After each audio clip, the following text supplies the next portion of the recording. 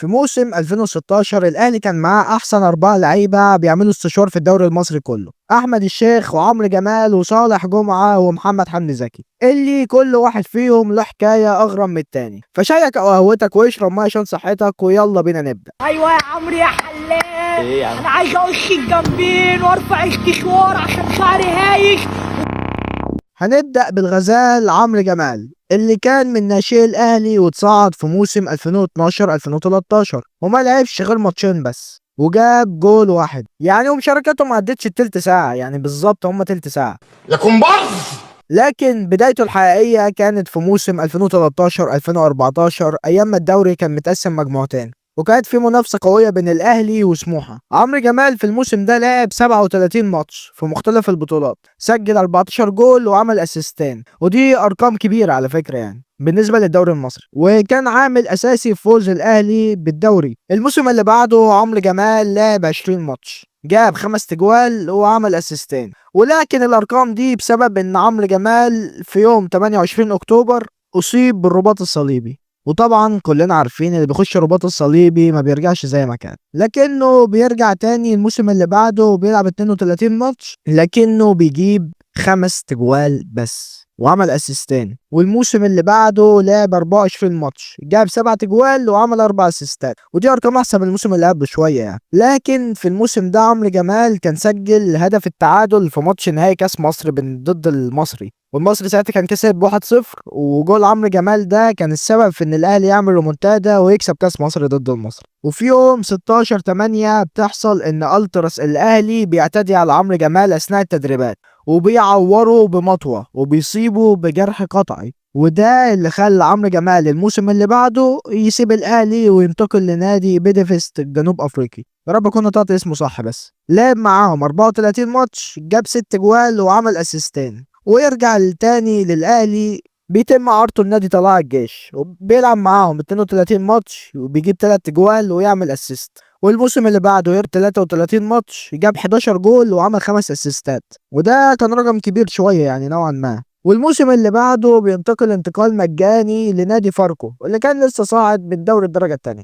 لعب معاهم 12 ماتش، جاب جونين، ولكن اتصاب تاني بالرباط الصليبي، ويرجع الموسم اللي بعده يلعب 25 ماتش، يجيب 4 تجوال وعمل اسيست واحد. وفي اخر موسم مع فاركو لعب 33 ماتش، جاب 3 تجوال، والموسم اللي بعده ينتقل لحرس الحدود اللي لعب معاهم 13 ماتش، جاب جونين، ولحد دلوقتي هو في حرس الحدود. وعمرو جمال في خلال مسيرته منذ بدايته لحد النهارده لعب 293 ماتش، جاب 65 جول وعمل 19 اسيست. وبصراحة أنا شايف إن هي أرقام كويسة يعني مش سيئة بالنسبة لمهاجم في الدوري المصري يعني، ومقارنة طبعا بإصاباته الكتير والحاجات اللي عطلته، فلا يعني دي أرقام كويسة. نخش على صالح جمعة اللي بدايته كانت في إنبي في موسم 2011 وهو عنده 18 سنة، وكان مقدم مستوى كويس سواء مع انبي او مع منتخب الشباب، لان هو كان ساعتها عنده 18 سنة بس، لحد ما بينتقل لفريق ناشونال ولعب معاهم 46 ماتش، جاب معاهم جونين وعمل 7 اسيستات، لحد ما بيتم اعلان انه ينتقل للاهلي في موسم 2015-2016. صالح جمعة مع الاهلي في اول موسم لعب 23 ماتش، جاب جونين وعمل 7 اسيستات.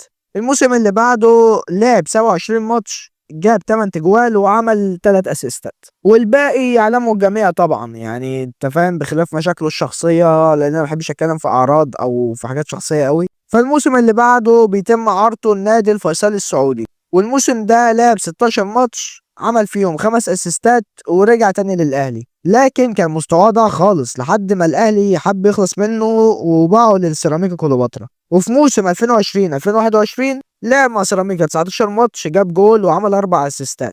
لكن صالح هو صالح لحد ما في موسم 2022-2023 بينتقل للإسماعيلي. لكن صالح جمعة كان ساعتها كان بكرش، والله زي ما بهزر، صالح جمعة ساعتها كان بيلعب بكرش، لكن بصراحة بالرغم من كل ده كانت لمسته حلوة بصراحة، يعني أنا كنت بحب تشوف الكرة تيجي في رجله وتشوف هيلعبها ازاي، الباص اللي بيوديك على الجول من لمسة واحدة، رؤيته للملعب، يعني مهارته رغم وزنه الزايد وكرشه. وصالح لعب مع الاسماعيلي 13 ماتش، عمل 3 اسيستات، وبعدها ينتقل لنادي كرخ العراقي، وده الانتقال اللي تقريبا كده نهى مسيرته للأبد.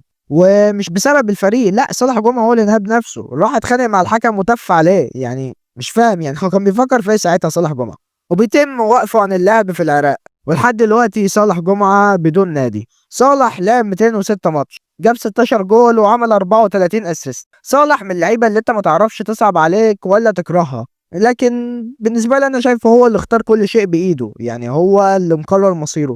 محدش ضربه على ايده ولا حد غصبه ولا حاجه، هو ذات نفسه قال انا اتعامل معايا بكل الطرق، ولكن انا اللي كنت سبب في فشلي. وده اوحش حاجه، ان الانسان يبتلي بنفسه. بجد ابتلاء النفس او جهاد النفس ده اسوأ حاجه في الدنيا.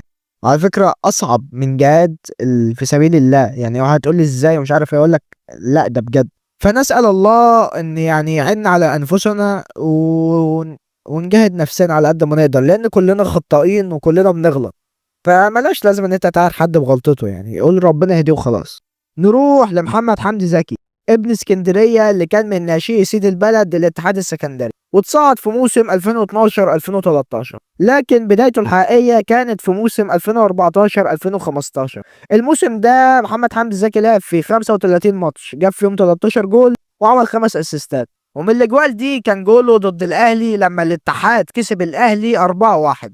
والاهلي تعاقد مع محمد حمدي زكي، لكن ما شاركش مع الاهلي غير في ماتش نهائي كاس مصر وكان نزل بديل. وفي يناير 2016 بيتم عرضه لسموحه، يلعب معاهم 16 ماتش، جاب 5 تجوال وعمل 3 اسيستات. بعدها سموحه بيتعاقد معاه بحوالي 3 مليون جنيه، لعب معاهم 28 ماتش، جاب 8 تجوال وعمل 4 اسيستات. الموسم اللي بعده جاب جول في 21 ماتش وعمل 3 اسيستات. بعدها انتقل للاسماعيلي، لعب معاهم 20 ماتش، يعني كتر خيره وعمل اسيستين يعني. والموسم اللي بعده راح المقاولين، جاب 7 تجوال وعمل اسيست في 25 ماتش. والموسم اللي بعده كتر خيره برضه، جاب جول في 22 ماتش. بعدها انتقل لأسوان، لعب معاهم 28 ماتش، جاب 12 جول وعمل اسيست. الموسم اللي بعده اتباع اعاره لنادي طلائع الجيش، جاب 3 تجوال وعمل اسيست. وفي موسم 2024 2025 بينتقل لنادي غزل المحله، جاب جول في 22 ماتش، وحاليا هو بيلعب في حرس الحدود.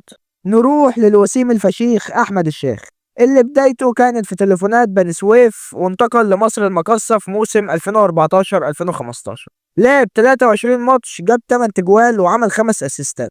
الموسم اللي بعده الاهلي بيتعاقد معاه مقابل 56 مليون جنيه مصري. هتقول لي ده بجد؟ اقول لك ده ترانسفير ماركت اللي قال كده، يعني روح اساله، هو ما تسالنيش انا.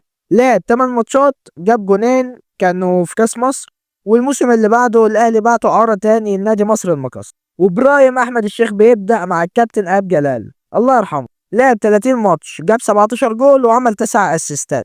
ومصر المقاصة الموسم ده فنشت في المركز الثاني ورا الاهلي، وكانت عامله موسم جامد قوي، وكانت كاسبه الزمالك والمصري، وكانوا عاملين موسم جامد قوي بصراحه. واحمد الشيخ في الموسم ده خد هداف الدوري، فانت متخيل ازاي من اللعيب كان جاب جونين. الموسم اللي بعده خد هداف الدوري، يعني دي حاجه ما بتحصلش كتير يعني. والموسم اللي بعده احمد الشيخ يرجع للاهلي، لكن لعب معاهم 10 ماتشات، جاب جونين قبل ما يتبعت اعاره لنادي الاتفاق السعودي. لعب معاهم 11 ماتش، جاب جول وعمل اسيست. ورجع تاني للاهلي، لعب 10 ماتشات، جاب 4 تجوال وعمل اسيست. والموسم اللي بعده جاب 5 تجوال في 30 ماتش. طبعا انت في دماغك سؤال، هتقول لي هو ازاي مستواه وقع كده؟ ده كان هداف الدوري وكان في برايم البرايم يعني، وارتو ومهاره، وكان مع المنتخب العسكري حاجه عالميه. ازاي مستواه وقع كده؟ هقول لك يا حبيبي، انه التيك توك. لعنه التيك توك في بدايته كانت اصابت لعيبه الكوره، في منهم ابرزهم يعني وانجحهم على الاطلاق كابتن احمد الشيخ وكابتن احمد محسن، اللي هم حاليا هم تقريبا هم اكتر لعيبه بتعمل تيك توك، يعني فاهم، ومستواهم وقع بجد بسبب التيك توك.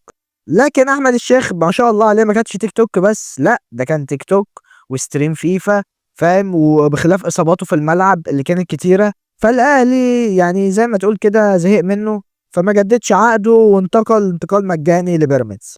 اول موسم لعب 6 ماتشات وجاب جول يعني، وده الموسم الوحيد اللي لعبه في بيراميدز اصلا، وبيراميدز ما استحملش معاه وفسخ عقده وتم فسخ العقد بالتراضي، وانتقل للمصري البورسعيدي. لعب 28 ماتش، جاب 3 جوال وعمل 5 اسيستات. يعني نعتبر انه موسم كويس بالنسبه للموسم اللي فاتت يعني، وخصوصا ان المصري الموسم ده كان يعني موسم سيء اصلا. لكن احمد الشيخ برضو ما كانش بيبطل تيك توك، ما كانش بيبطل لايفات، ما كانش بيبطل ستريمات. طب انت ايه كلاعب كوره، انت ايه اللي بيخليك تعمل كده طالما انت لسه ربنا عطيك الفرصه ان انت تلعب وتأدي في الملعب، وان انت لسه في فرق بتطلبك، ولسه في مديرين فنيين مقتنعين بيك. يعني انت ربنا عطيك الفرصه، انت بتضيع من ايدك ليه؟ وبتفتح لايفات وبتنزل وبتركز في التيك توك، بتفتح ستريم.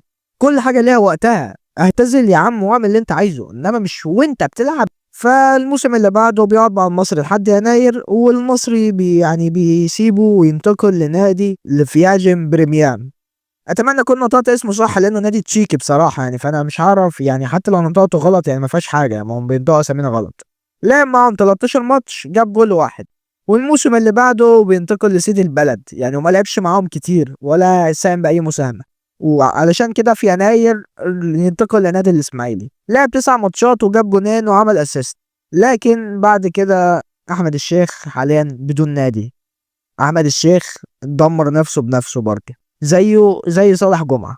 فبس انا عايزك بقى تقول لي مين من اللعيبه دي انت كنت بتحبهم، ومين من اللعيبه انت شايف ان هو ظلم نفسه، ومين من اللعيبه دي انت شايف ان هو اتظلم او كان حظه سيء في الكوره. انا بالنسبه لي انا شايف صالح جمعة واحمد الشيخ هما ضيعوا نفسهم بنفسهم.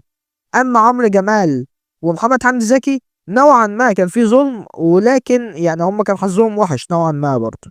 فبس لو حابب نتكلم اعمل لي فولو على انستجرام، ما تنساش تعمل لايك وسبسكرايب وتشير لاصحابك، وبس كده. سلام عليكم.